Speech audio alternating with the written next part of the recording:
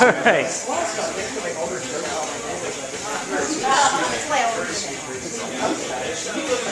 Hello. Oh. Hi. Hey. Arthur. S-Man. Not sure I can. I'll just do it this way. I'm the doctor, and I'm here because tomorrow is 11/11/11, which seems like a good time to be the 11th Doctor, which I am. However, my TARDIS dropped me off here a day early, and I think it's because she wants me to host the Wold Newton Reading Extravaganza. Yes, which is what I'm doing right now.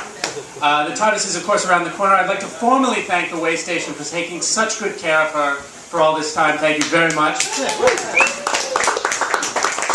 And the Wold Newton Reading Extravaganza is a very special event. In the coming decades, it will redefine events, readings, literature, primate research for some reason, I don't know. It's a very special thing, and so you're all witnessing it here in its infancy, and it's very wonderful. So our first reader is a wonderful author. She has won the Locus Award, nominated for the Hugo Award, critically acclaimed. Her new book is the last volume of her Inheritance trilogy. So please welcome N.K. Jemisin.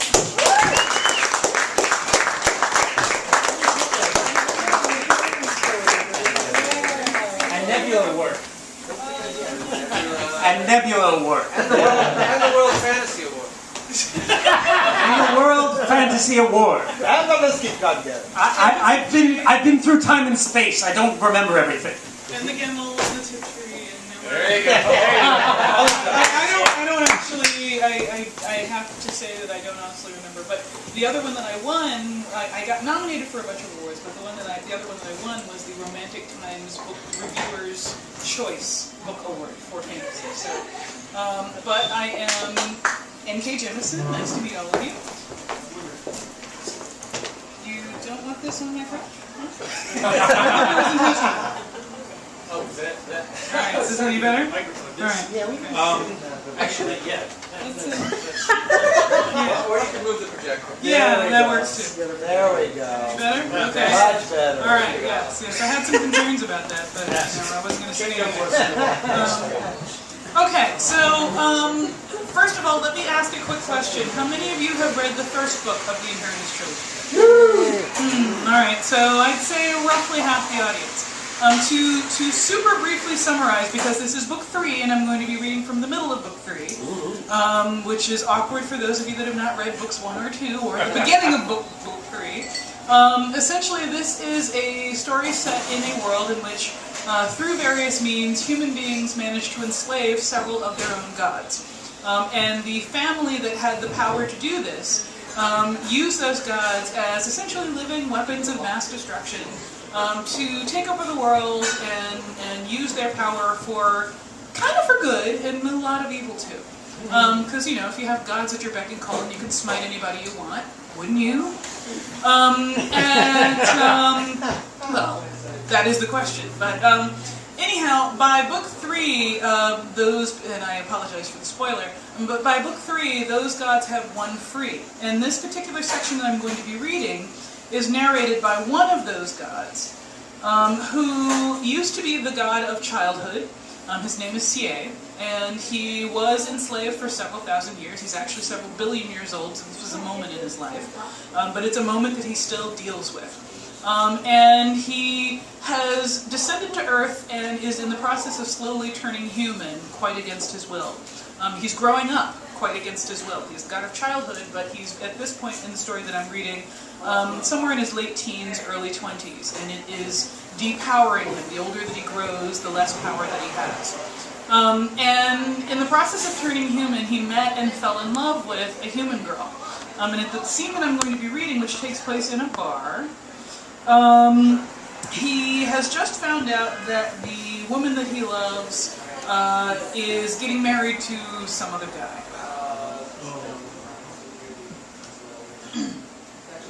It was the talk of the town, I discovered, when I got to Antema and found a tavern in which to get very, very drunk. Taman taverns are not made for solitary drunkenness. The Taman people are one of the oldest mortal races, and they have dealt with the peculiar isolation of life in cities for longer than the Amen have even had permanent houses. Thus the walls of the tavern I'd fallen into were covered in murals of people paying attention to me, or so it seemed, as each painted figure sat facing strategic points where viewers might sit. They leaned forward and stared as if intent upon anything I might say. One got used to this. One also got used to the carefully rude way in which the taverns were furnished, so as to force strangers together. As I sat on a long couch, nursing a horn-like cup of honey beer, two men joined me because there were only couches to sit on, and I was not churl enough to claim one alone.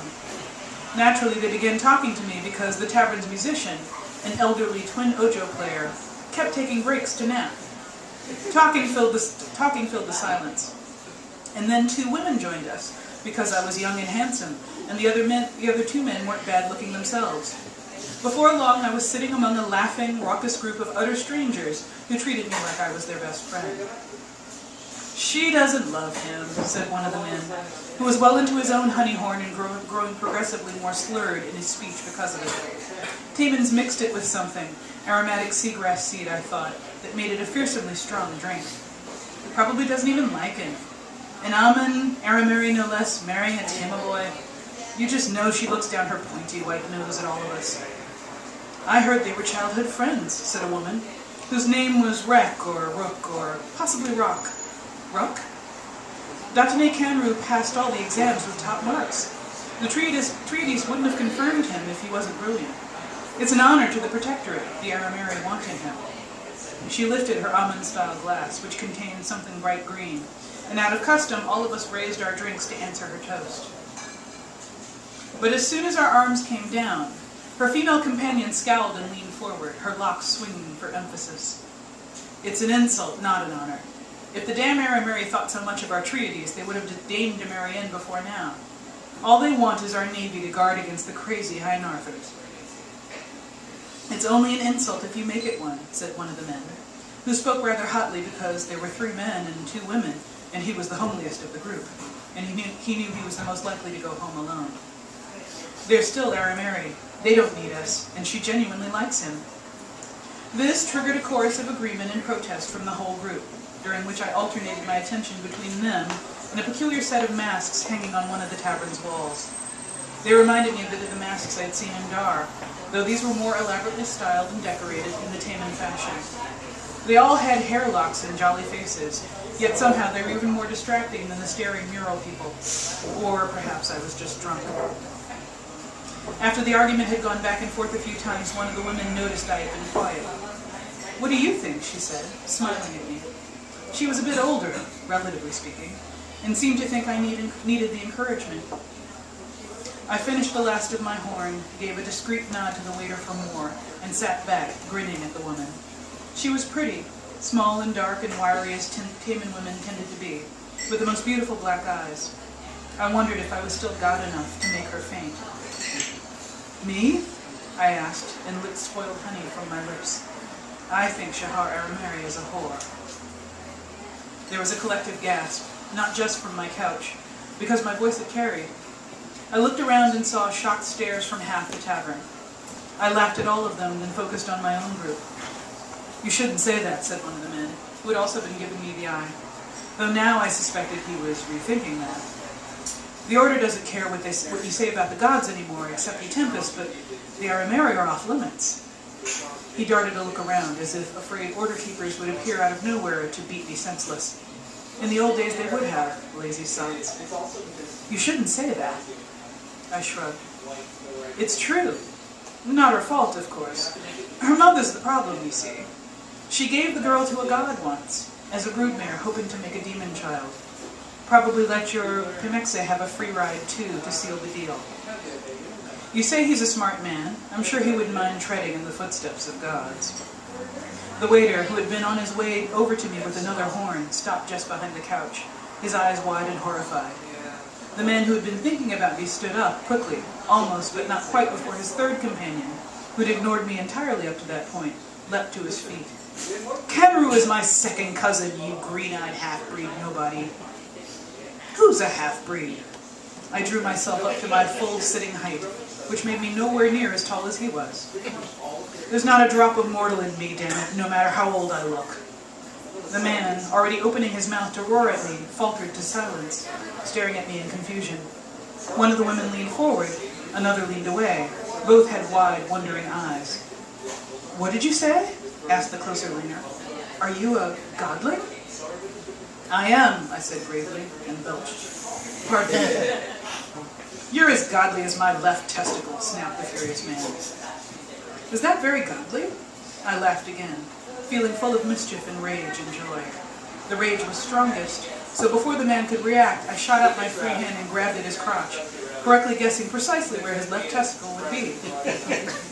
It was child's play, for a mean child anyway, to grasp the thing and give it a sharp, expert twist.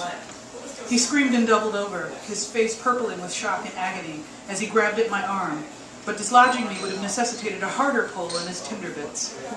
With his face inches from mine, I flashed my teeth and hissed at him, tightening my fingers just enough for warning. His eyes went wide and terrified for some reason, which I could tell had nothing to do with the threat to his manhood. I doubted that my eyes had changed. There wasn't enough magic left in me for that. Something else, maybe. "These don't seem very godly to me," I said, giving his balls another jiggle. "What do you think?" He gaped like a fish. I laughed again, loving the flavor of his terror, the thrill of even this paltry, pointless sort of power. "Let him go." The voice was familiar and female. I craned my neck back, blinking in surprise to see that Glee Shove stood behind my couch. She stood with her hands on her hips, tall and imposing, and so very Morona in that room full of tamings. The look on her face was somehow disapproving and serene all at once. If I hadn't spent a billion years trying to provoke that precise expression on her father's face, I would have found it wholly disconcerting. And actually, at this point is where I'm going to stop, because the scene continues on for a while with Glee collecting a drunken CA and forcing him to confront some of his demons. So I will stop at that point because that's where the drunken bar scene ends and we're in a bar. I've been drunk in this. So yes, I'll stop with the bar. But thank you.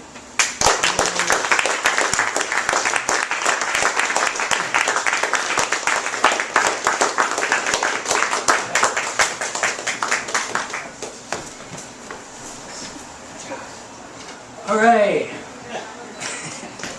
N.K. Jemison's books are available right over there. You can buy the 3 volumes of the Inheritance trilogy, and they're well worth reading. And I'll probably say that again before the night is over. Our next performer is a stuntman, a fight choreographer, a fight in choreography teacher, a kung fu master, a vampire slayer. He does a lot of things. It's true. So please welcome Mike Yahn. How you guys doing? So I'm a vampire slayer now, am I? So yeah, my name is Mike Yahn, guys. I work professionally here in New York City as a stuntman. I also do a lot of fight direction on and off Broadway. I have the man who's running quickly away is okay. See, that would be Ray Rodriguez. He's a friend and colleague, also a professional stuntman and fight director here in the New York City area. So I was asked to show you guys a little bit of what I do. Right? Most film fighting, TV fighting, and stage fighting that you guys see is actually based off one of 3 different magic tricks. Right? We're dealing with something called an impact line. So Ray, if I still hear you here for a second. Sure. Can you guys still hear me? Yeah. Great. What? So, yeah. There we go. Okay. The last time I fought drunk was to met my wife. So, okay, this is really interesting. So, the impact line, guys, is if we have our camera right here, you imagine a laser traveling from that camera lens straight to the target, right? Right here. So I'm using it right through Ray's face. So any type of hit that we do is going to accomplish one thing. Either it's going to cross this line. If I cross this line, it will look like impact, right? I'll show you an example. Right for hit? I'll do that. Yeah. Like so. Right? Nice and easy. I'm actually doing, give a little difference. I'm going to do this a little bit Penn and Teller style, guys, today. So I'll just show you all the tricks first, and then I'll put something together at the end. So really, all I'm doing, I'm about this far away from him. Right? As long as I cross this line, it's traveling across this way now. it will read as a hit. Right? As long as it passes through his nose, it will read as a hit. And that sound you heard, I was just hitting myself, right? We call it nap. K-N-A-P, so it's not like falling asleep nap. It's a sound of a hit. Sometimes we use claps, sometimes I'll slip it, sometimes I'll pop myself, right? Sometimes I'll just hit right, right? Oh man, you're going to be trouble tonight, aren't you? But that's what all that is. Film, TV, we don't need to deal with that as much. Obviously, some guy like 6 months later smoking a cigarette in his mom's basement puts the sound in. It's easy. All I have to do is just do the effect, right? And then put the sound in after the fact, right? Live performance, whether it's a live stunt show or once again dealing with Broadway or off-Broadway, right? I have to actually like use a magic trick basically to slip it in, where I slip it in with my hand here. So I do it. I have Ray do it. He can just do a clap, right? Right?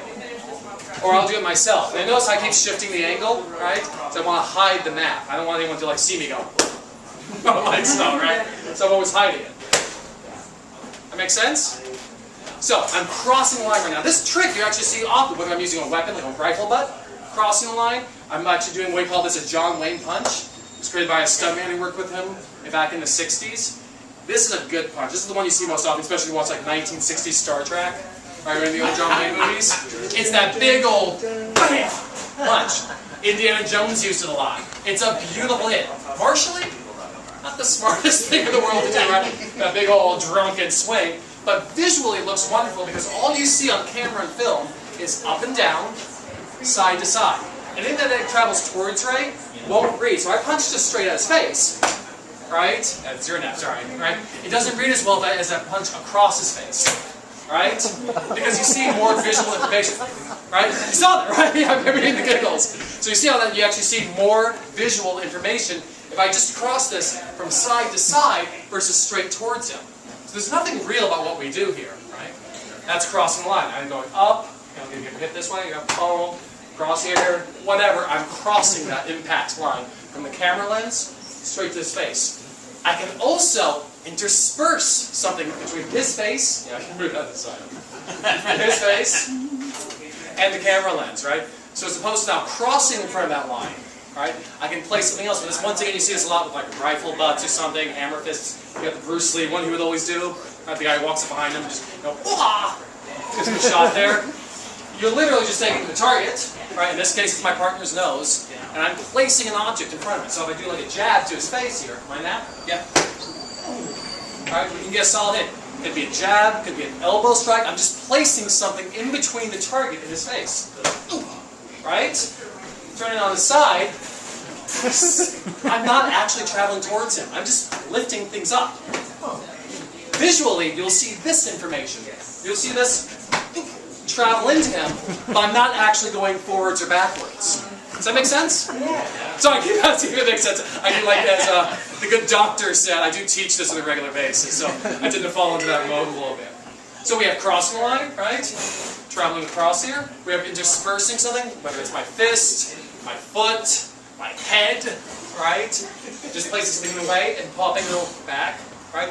We also have contact. You see this most often in film, especially these days. Most stuntmen, what we're working on more and more is straight up contact strikes. Sometimes we'll use pads, most often not. Right? Contact strikes, depending whether I'm using it theatrically or film, we do two different things. Film, we kind of just hit each other. To be honest, it looks great. It's kind of what you do. If you guys saw the movie Sherlock Holmes a couple of years ago, right? See those slow motion shots? Yeah, we just hit the guy. That's what we did. There was no magic behind that one. We just hit the guy, went back to the film, used a really high-speed camera, went back to that, used a little CGI, make it look a little more wobbly, right? But really, they just hit him. He was a tough SOB, too. I actually worked on that film. I was the stunt double for Mark Strong, who was Lord Blackwood. So all the end fight scene stuff on the bridge with swords and the hanging, that was me. Well, actually, I'll show you guys my reel at the end of this little demo, right? So, contact. Film, I just hit them 9 times out of 10. Live, I can't do that. For a couple of reasons. One, when I'm doing things live, I can't get a stunt double. Right? Yeah, just straight to it. Right? I'll give you a good shot. Yeah, I mean, like film guys, a lot of times, especially if it's a close-up or something, even when you don't think it's a stunt double, chances are it's a stunt double on stuff, because if you're just using editing tricks, guys, it's just the back of the guy's head for a second, and then we're back to the main star, right? Live performance, we can't do that, so we start using something called reverse energy, right? You see it also with chokes and hair pulls, where I'm not actually choking my partner, I'm actually pulling away, he's trying to keep it in. With a contact star, I can go right here, muscle, right? If you see anything beyond muscle getting shot, muscle or fat getting hit, guys, they're probably using pads, right? Anything that's face or throat, stunt guys. Right? So, stay right here in the muscle guys, as opposed to like following through, any of you guys did like a karate class in like 12, yeah. I'm not punching through the target. If anything, I'm pulling the energy away. Almost like he has something on the stomach here, and then pull it away, right? I'll get my nap from the contact. Right? Once you just anywhere where there's like nice muscle or fat where I can get sound here. Right? The lat muscles back here is pretty solid. Hear that one? Right? Eyes, buttocks, anywhere I can get muscle or fat is what we're aiming for. Right? So, contact. I don't even know what's happening over here. Contact, crossing the line, guys, crossing that impact line. Right? And you're dispersing something between that line. So, show you guys a quick little sequence we put together. How this all works together. Let's actually work it one slow so they can see how they can work it slow and then we'll go fast. Usually when we're rehearsing a fight, guys, it's just like dance. I want to work it through slowly a couple times, understand what the moments are, so you will see these tricks the first time we do it. Second time, hopefully you won't see them as much. Right? This is for live performance period. So nice and slow, grab me. Real struggle here. Boom. Take it here. Grab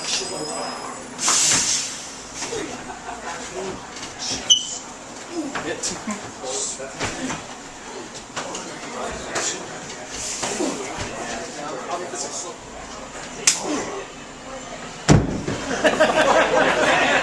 That's it. Alright. Get a little faster. Alright, got a little. Alright.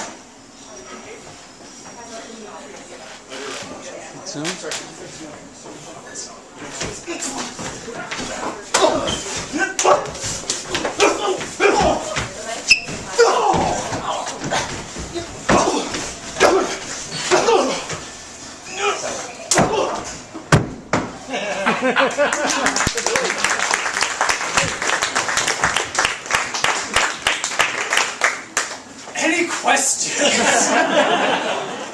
Seriously, guys. Because honestly, all I have left, I'll show you my reel. You can see a lot of the other stuff I've done, including some of the behind-the-scenes video we took on Sherlock Holmes. I have on that. Well, actually, why don't we show that first? And I'll see you guys if you have questions about that stuff.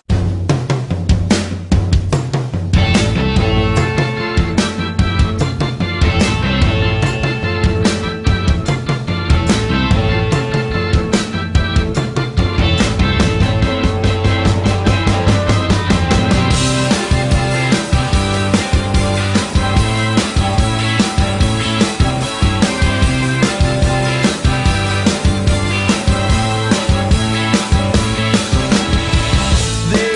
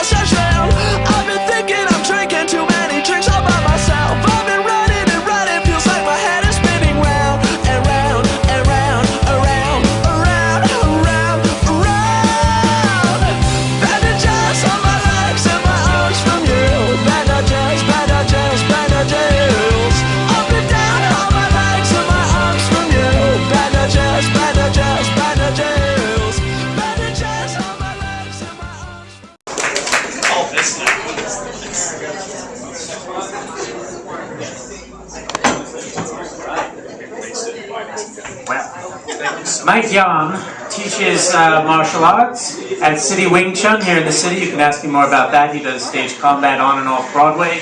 And I have no idea. If you work in the entertainment industry, hire me. Yes. Big bucks. it's a powerful crowd here. Yes.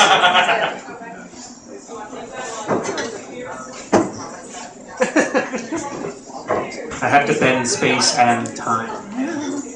Our next reader is one of the most highly lauded figures in science fiction and fantasy. He's won all of the awards. Basically, he's N.K. Jemisin in the future, except, you know, not a lady.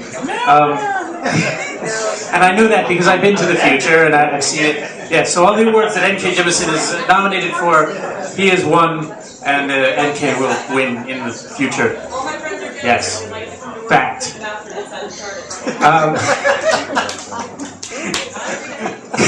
Ladies and gentlemen, Michael Swanwick.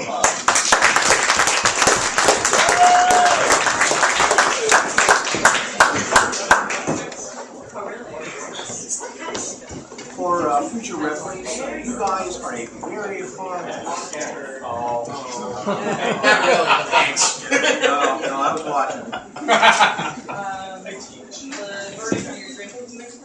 The story I'm going to be reading today is one of 5 that have been commissioned by Tor.com for this picture by John Jude Palancar.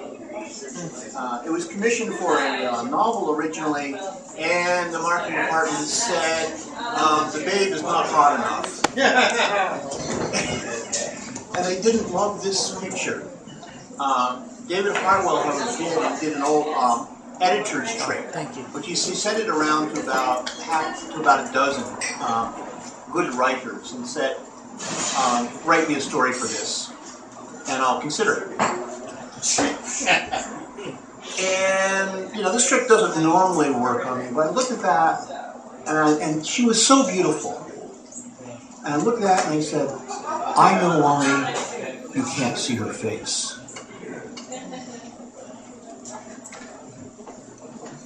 So this story is called The Woman Who Shook the World Tree. She was not a pretty child, nor did her appearance improve with age. You'd better get yourself a good education, her mother said, laughing, because you're sure not going to get by in your looks.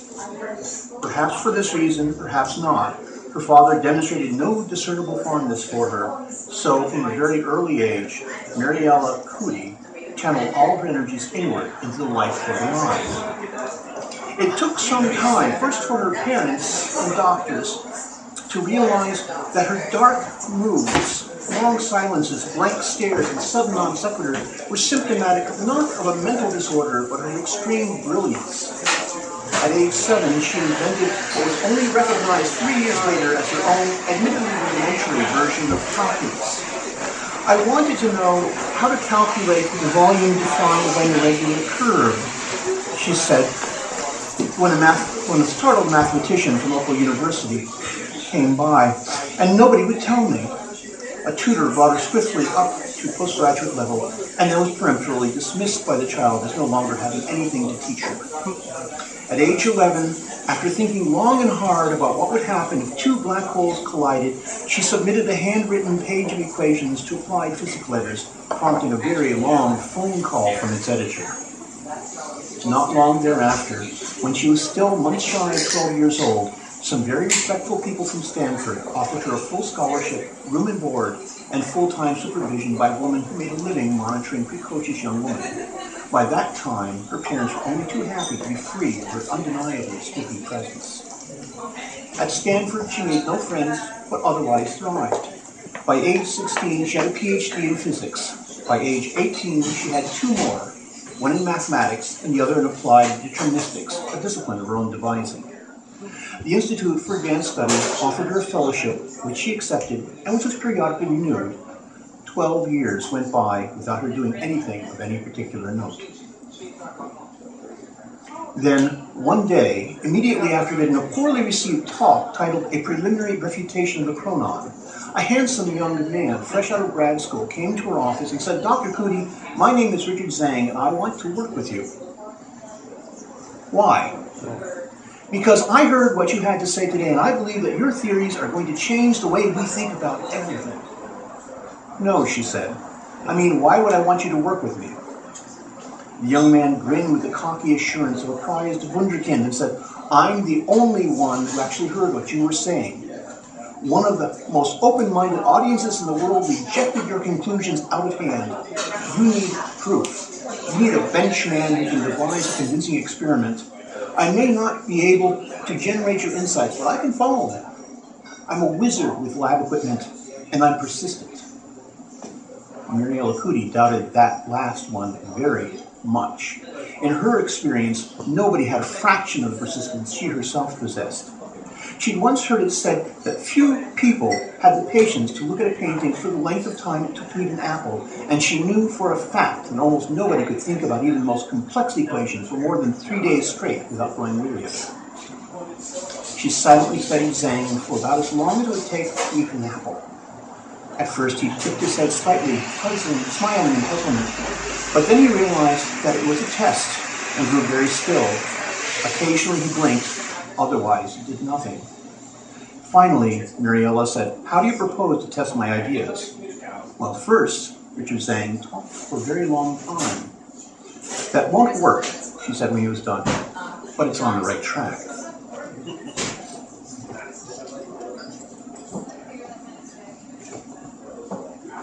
It took a year to devise the experiment, debug it, and make it work.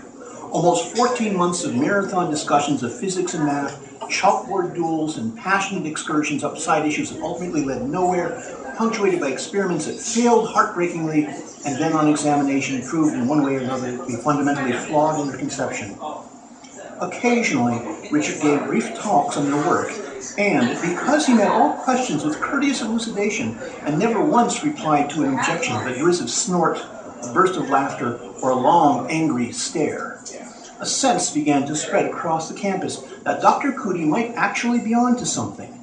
The first talk drew 4 auditors, the last filled a lecture hall. Finally, there came the night when Richard clamped a 500 milliwatt laser onto the steel top of a laser table, took a deep breath and said, "Okay, I think we're ready. Goggles on?" Muriela slid protective goggles down over her eyes. Richard aimed a 532 nanometer beam of green laser light through a beam splitter and into a mated pair of Pockell cells. The light emerging from one went directly to the target, a white sheet of paper taped to the wall. The light from the other disappeared through a slit in the kludge of apparatus on the far side of the table. Where it emerged, a small mirror bounced into the target overlapping the first screen circle and created an interference pattern. Richard flipped the manual control on one of the cells, changing the applied voltage and rotating the plane of polarization of the beam. The interference pattern disappeared. He flipped the control again. The interference pattern was restored. Finally, Richard slayed the 2 Pockell cells to a randomizer, which would periodically vary the voltage each received, but because it had only the one output, always the same to both and at the same time, he turned it on. "Anything memorable to say for the history books?" he asked. "Just running." He turned on the mechanism. Nothing hummed or made grinding noises. Reality did not distort. There was a decided lack of lightning. They waited. The randomizer went tick. One of the overlapping circles in the target disappeared. The other remained. And then the first reappeared. 2 superimposed circles, creating a single interference pattern. Richard let out his breath explosively, but Muriela touched him lightly on the arm and said, "No, we need to run the other half of the experiment before we can begin celebrating." Richard nodded and turned off the laser. One circle of light disappeared immediately, the other shortly thereafter. His fingers danced over the equipment. Then, methodically, he checked every piece of it again 3 times. Muriela watched, unmoving. This was his realm, not hers, and there was nothing she could do to hurry things along. But for the first time she could remember, she felt impatient and anxious to get on with it. When everything was ready, the laser was turned on again. Twin splotches of green overlapped. Richard switched on the apparatus. One light blinked off briefly and then on again. Richard's mouth opened. Mariola raised a finger to silence him. The randomizer made no noise. The interference pattern disappeared. 3 seconds later, the randomizer went click, and 3 seconds after that, the interference pattern was restored again. Yes! Richard ripped off his goggles and seized Marielle, lifting her up into the air and spinning her around a full 360 degrees. Then he kissed her. She should have slapped him. She should have told him off. She should have thought of her position and what people would say. Richard was 6 years younger than her, and what was even more of a consideration, every bit as good-looking as she was not. Nothing good could possibly come of this. She should have looked to her dignity. But what she did was to push up her goggles and kiss him back. When finally they had to stop for air, Mariella pulled her head away from his, and more than a little stunned, managed to focus on him. He was smiling at her. His face was flushed. He was so very handsome. And then Richard said the most shocking thing she'd ever heard in her life. Oh God, I've been wanting to do that for the longest time. That night, after they'd gone to Mariella's apartment and done things she'd known all her life that she would never do, and then babbled about the experiment to each other, and agreed that the title of the paper should be The Abolition of Time as a Meaningful Concept, and then went through the cycle all over again, and her lips were actually sore from all the kissing they did, and Richard had finally, out of exhaustion no doubt, fallen asleep naked alongside her. After all that, Mariella held the pillow tightly over her face and wept silently into it, because for the first time in her life, she was absolutely, completely happy, and because she knew it wouldn't last, and that come morning, Richard would regain his senses and leave her forever. But in the morning, Richard did not leave. Instead, he rummaged in the refrigerator and found the makings of huevos rancheros and cooked for breakfast. Then they went to the lab. Richard took pictures of everything with a little digital camera, while she wrote a preliminary draft of the paper on a yellow pad. When she was done, he had her sign it at the bottom and wrote his name after hers. Mariella Cootie and Richard Jemisin, together in eternity. Mariella and Richard spent the next several weeks in a blissful mix of physics and romance. He bought her roses, and she corrected his math.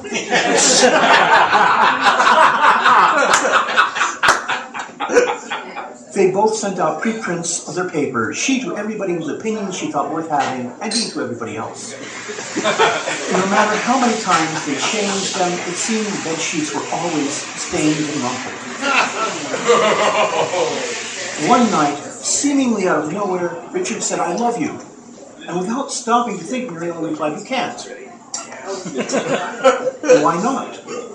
"I have a mirror. I know what I look like." Richard cradled her face in his hands and studied it seriously. "You're not beautiful," he said, and something deep inside her cried out in pain. "But I'm glad you're not. When I look at your face, my heart leaps up in joy. If you look like," he named a movie star, "I could never be sure that I wasn't just infatuation. But this way, I know for sure it's you I love. This person, this woman, this beautiful body, this beautiful brain. You, here, right now, you." He smiled that smile she loved so much. QED. Their paradise ended one morning when they encountered a clutch of cameramen standing outside Mariella's office. "What's all this?" she asked, thinking that there had been a robbery or that somebody famous had died. The microphone was thrust in her face. "Are you the woman who's destroyed time?" "What? No, ridiculous." "Have you seen today's paper?" A copy of the New York Times was brandished, but she couldn't possibly read the headlines with him waving around like that. "Well, I don't." Richard held up both hands and said, "Gentlemen, ladies, please. Yes, this is Dr. Mariella Cootie, and I'm her junior partner on the paper. Dr. Cootie was absolutely right when she denied destroying time. There is no such thing as time. There's only the accumulation of consequences." "Well, if there's no such thing as time, does that mean it's possible to go back and travel into the past, visit ancient Rome, hunt dinosaurs?" Several reporters laughed. "There's no such thing as the past either, only an infinite, ever-changing present." "What's that supposed to mean?" somebody asked. That's an extremely good question. I'm afraid I can't adequately answer it without using a lot of very complicated equations. Let's just say that the past never really goes away, while the future exists only relative to the immediate moment. If there's no time, then what is there? Happenstance, Richard said. A tremendous amount of happenstance. It was all ludicrously oversimplified, but the reporters ate it up. Richard's explanations gave them the illusion that they sort of kind of understood what was being talked about, when they didn't even have the mathematics to be misinformed. When eventually the reporters ran out of questions, packed their equipment, and left, Muriel angrily said, "What the hell was that all about?" Public relations. We've just knocked the props out from under one of the few things that everybody thinks they understand. That's going to get people upset. Some of them are going to hate us for what we've done to the world. The world's the same as it ever was. The only thing that'll be different is our understanding of it. Tell that to Darwin.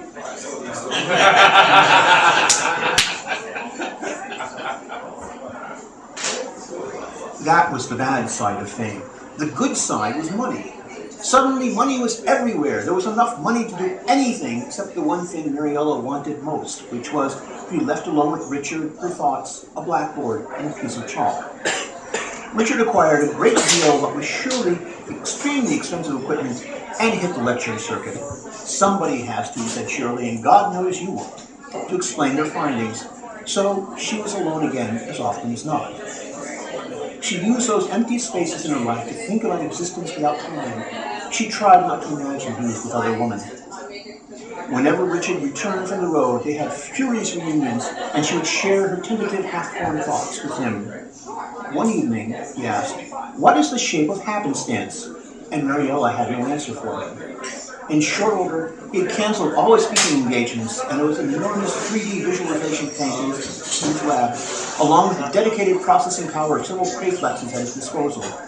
Lab assistants, whose names she could never get straight, scurried about doing things while Richard directed and orchestrated and obsessed. Suddenly, he had very little time for her, until one day he brought her in to show her a single black speck in the murky blue-gray tank. "We have pinned down one instantiation of happenstance," he said proudly. A month later, there were 3 sparks. A week after that, there were 1,000. Rapidly, the very first nap of reality took shape. It looked like a tornado at first, with a thick and twisting trunk. Then it sprouted limbs, some of them a good third as thick as what Richard dubbed the main sequence. These looped upward or downward seemed to make no difference, giving birth to smaller limbs, or perhaps tentacles is a better word for them, which wound about each other, sometimes dwindling to nothing, other times rejoining the main trunk. Richard called it the monster, but to Mariella, this was not monstrous at all. It had a near organic look of certain fractal and mathematical formulae. It flowed and twisted elegantly, its like branches frozen in the act of dancing breeze. It was what it was, and that was beautiful.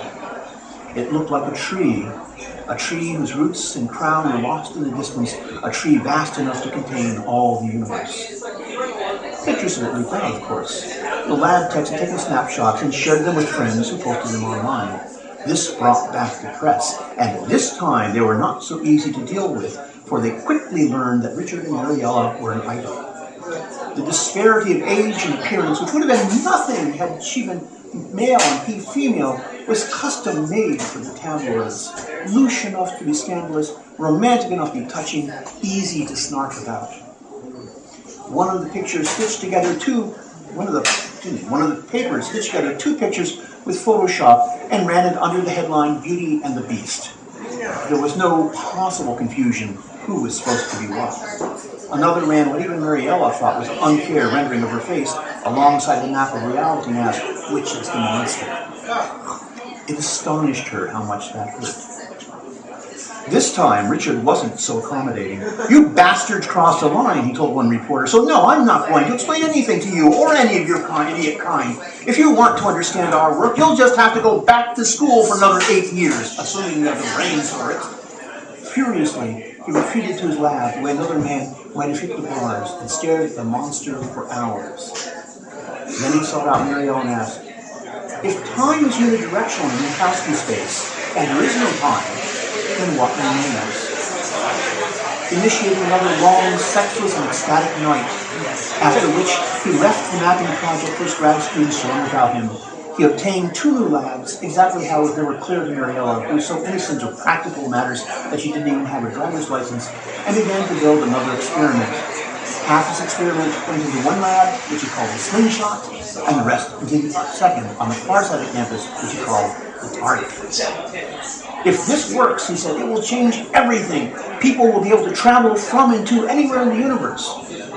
Well, so long as there's a machinery to receive them when they get there. Well, yes, of course. And provided that it doesn't simply blow itself to hell, I have my suspicions about the energy gradient between your 2 sites. There was that grin again. The grin of a man who knew that nothing could possibly go wrong and that everything must inevitably work out right. Don't worry about a thing, Richard said. You're still the senior partner. I won't do anything until you assure me that it's perfectly safe. The next day, there was an explosion that shook the entire campus. Mariella ran outside and saw people running from the buildings. A black balloon of smoke tumbled upward over the rooftops. It came from the target. Richard had told her he'd be spending the entire day there. Somehow, Mariella was running. Somehow, she was there. The entire building had been reduced to rubble. Parts of what remained were on fire. A hand touched her arm. It was Dr. Engelhoff. Laura. Maybe Richard wasn't in the building, she said. I'm sure he's all right. Her expression was grotesque with compassion. Mariella stared at the woman in perplexity.